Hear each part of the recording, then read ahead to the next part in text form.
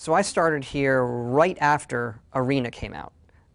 So I wasn't here during the genesis of what the Elder Scrolls is. But what it aims to be then and now is this wide open role-playing game. It actually started as a gladiatorial combat game, which is where the name Arena comes from.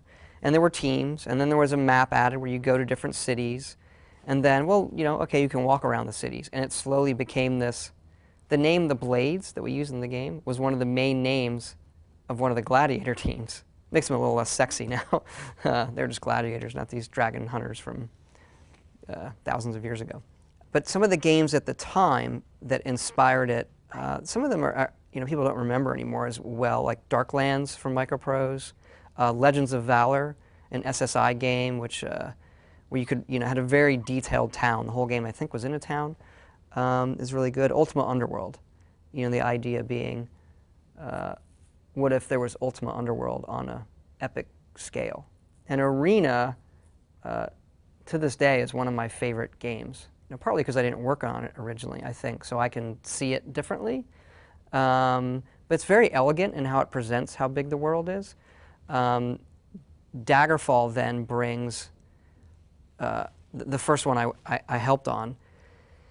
The character yourself to get a lot more depth. That's the one that adds the skill system and changes the whole paradigm from XP to, you will get better at what you do as you do it.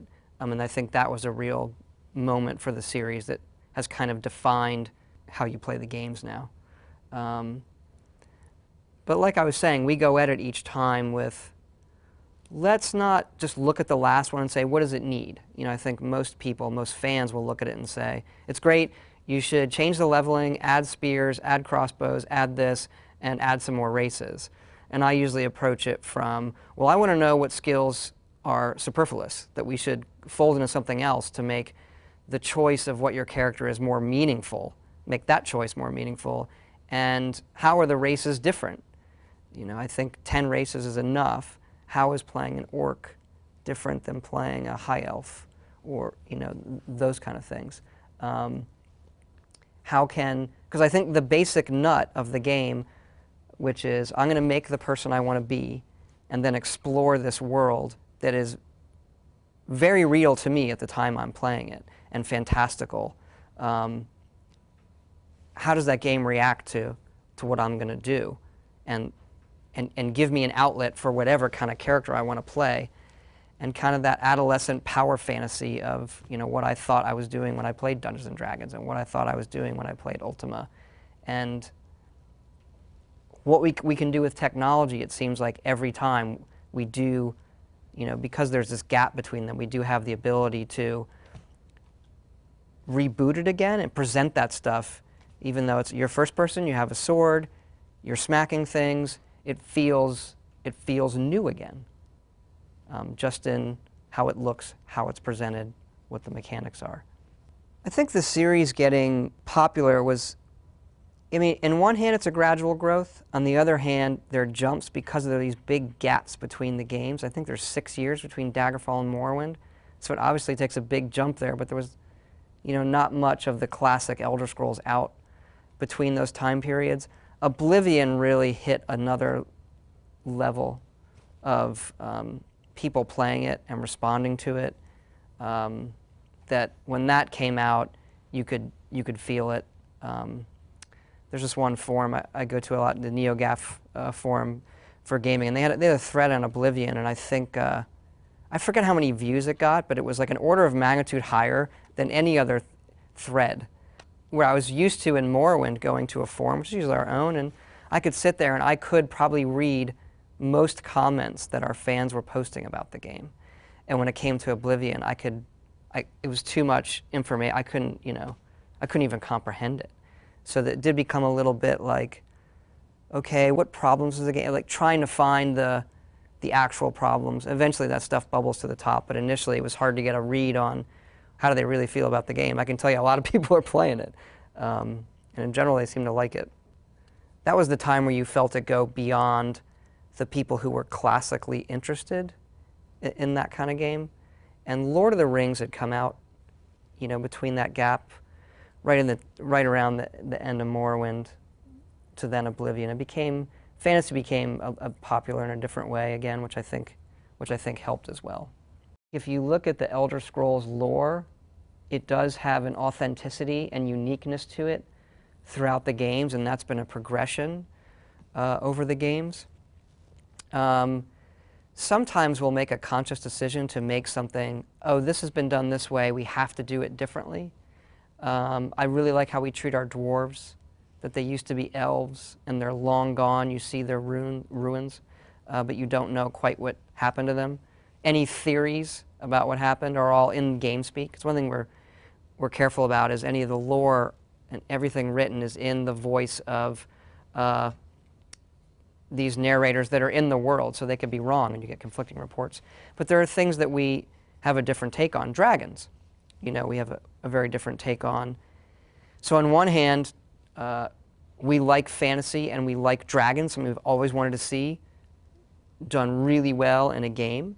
And so we're trying that now. But the way they, classically you have a dragon and he breathes fire. Well, now our dragons are speaking this ancient language that are this dragon language that creates fire or creates cold or creates wind or slows time. Things like that makes them pretty unique. So we'll take something, like that or the undead and twist it a bit where it's still familiar to somebody, but it does have its own uniqueness to being Elder Scrolls and to the culture and lore of Elder Scrolls.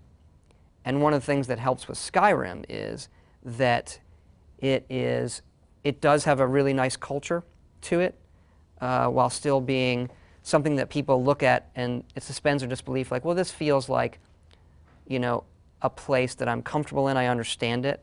It has some classic things to it, but then you see these, epic cities that have been carved into mountains by dwarves long ago, these guys have moved into, and when you inspect it with your eye, it has this history to it that you don't quite understand. But at first glance, it feels like just a well-done classic fantasy city. I think one of the things that sets us apart, and it might be our PC heritage, is we still try a lot of crazy stuff that sometimes we shouldn't try, and we'll have some successes with that, we'll have some failures with that. We think very big. We will then back our way into making that really playable. So we have these big grand ideas, but we make the minute-to-minute just feel good in your hands and make it fun and make it rewarding. So that, because we play a lot of games, I think we're known for doing role-playing games, but when you ask us what games we're playing, it's a very eclectic mix of things. I play a lot of sports games. I play racing games. I prefer role-playing and adventure games, but I play action games, and all of that stuff, and all the guys do, filters into what we're doing. So there's, at this base level, we walk this line between an action game and an adventure game and a role-playing game. We don't focus too much on, well, you would do it this way in a role-playing game. We do what feels right to us.